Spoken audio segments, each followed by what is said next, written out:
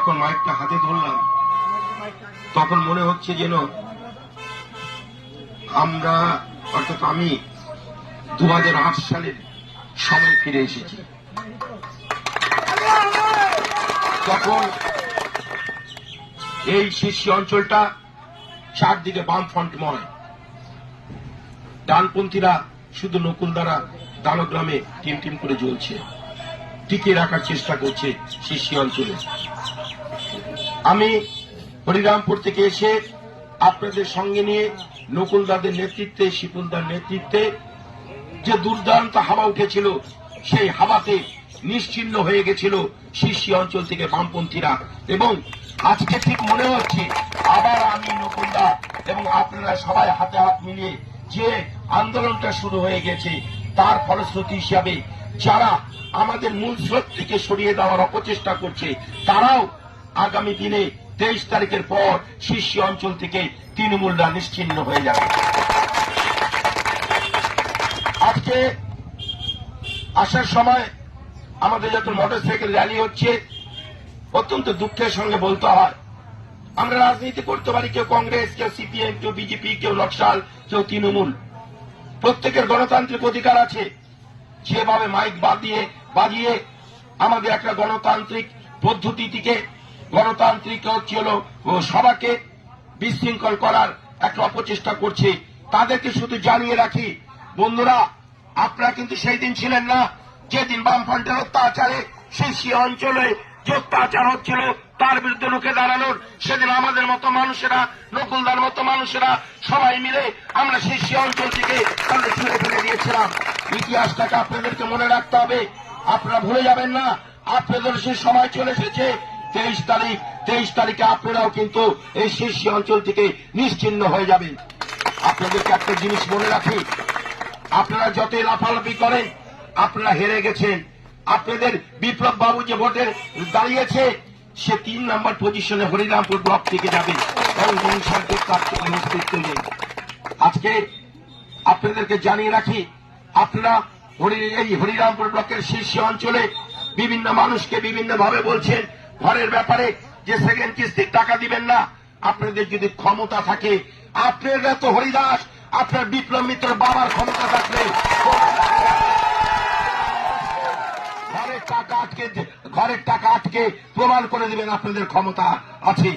আমি বলছি, এই মঞ্চে দাঁড়িয়ে নকুলদা যে কথাটা বলল, 800 লোকের নাম ছিল, রিন্টু নকুল দ্বারা আপ্রাণ চেষ্টা করে 2200 লোকের নাম নিয়ে এসেছে। আমরা যদি ক্ষমতায় ফিরে আসি, তাহলে যে সমস্ত মানুষেরা আজ পর্যন্ত ইন্দিরা আবাসনের আবাসন যোজনার টাকা পায়নি বা ঘরের টাকা পায়নি, তাদের প্রত্যেককে আমরা টাকা পাওয়ার ব্যবস্থা করে দিব, এটা আমাদের জানা উচিত। পাশাপাশি অনেক নেতা আজকে ব্যবসা শুরু করেছে, ঘরের নাম করে টাকা তুলছে। আমি সর্বস্তরের শীর্ষ অঞ্চলের প্রতিটা কর্মীর কাছে অনুরোধ করব, কোন ঘর বাবদ কোনো টাকা দিবেন না। আমার সাথে বিডিও, এসডিও, ডিএম সাহেবের কথা হয়েছে, কেউ যদি টাকা নেয় এবং যদি কোনো প্রমাণ হয়, সে যত বড় সর্বশক্তিমান মানুষ হোক, তার বিরুদ্ধে এফআইআর নেওয়া যাবে এবং তাকে গ্রেফতার করা হবে। আজকে আপনাদেরকে বলে রাখি, লাফানোর কিছু নাই বন্ধুরা।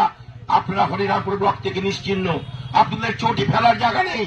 আমি বলছি গ্যারান্টি দিয়ে, হরিরামপুরে 119টা বুথ আছে, 119টার অনেক বুথে তৃণমূল চটি ফেলতে পারবে না। আজকে বিপ্লব মিত্রকে হায়ার করে লোক নিয়ে আসতে হচ্ছে গঙ্গারামপুর থেকে, তপন থেকে, বালুরঘাট থেকে হরিরামপুরে মিটিং করার জন্য। আর তার সঙ্গে 7 ভাই চম্পা, 1 বোন পারুল ছাড়া। আজকে বন্ধুগণ, আজকে সর্বস্তরের মানুষকে বলবো, আজকে বিশেষ করে মুসলিম সম্প্রদায়ের মানুষকে বলবো, আপনাদেরকে কিন্তু ধ্বংস করে দিল এই হচ্ছে তৃণমূল সরকার। আজকে তৃণমূল সরকার ওবিসির নামে আপনাদের কি করেছে? শিক্ষিত যে সমস্ত মুসলমানেরা আছেন, তারা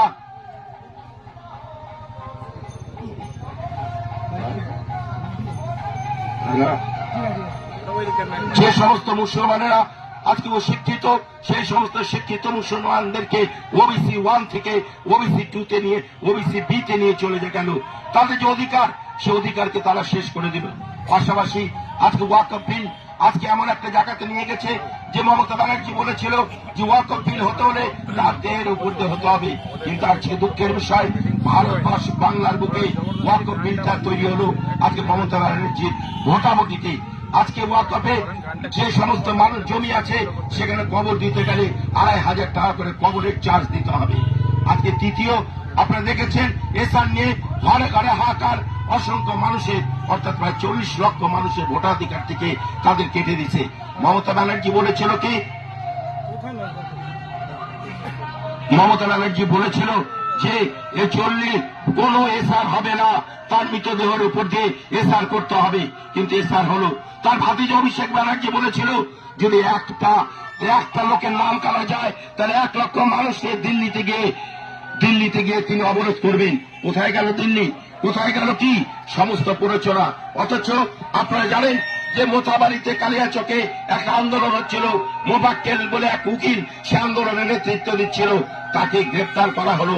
আর হরিরামপুরে শুক্রবার দিন মমতা ব্যানার্জি দাঁড়িয়ে বলছে ওই যে কালপিটটা মোবাক্কেল কালপিটটা আমার সিআইডি তাকে গ্রেপ্তার করেছে। অর্থাৎ মুসলমানদের আন্দোলন করার অধিকার নেই, মুসলমানদের বেঁচে থাকার অধিকার নেই।